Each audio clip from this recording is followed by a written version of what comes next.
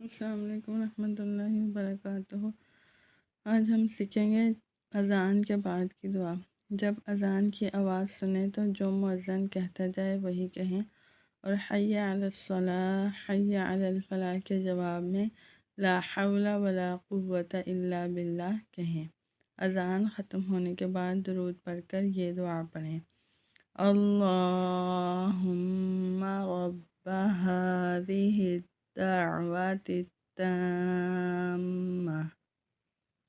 والصلاة القائمة آت محمدا الوسيلة والفضيلة وابعثه مقاما محمودا الذي وعدته إنك لا تخلف الميعاد۔ ترجمہ: اے اللہ، اس پوری پکار کے رب اور قائم ہونے والی نماز کے رب محمد صلی اللہ علیہ وسلم کو وسیلہ عطا فرما جو جنت کا ایک درجہ ہے، اور ان کو فضیلت عطا فرما اور ان کو مقام محمود پر پہنچا جس کا تو نے ان سے وعدہ فرمایا، بے شک تو وعدہ خلافی نہیں کرتا۔ بخاری شریف حدیث نمبر 616۔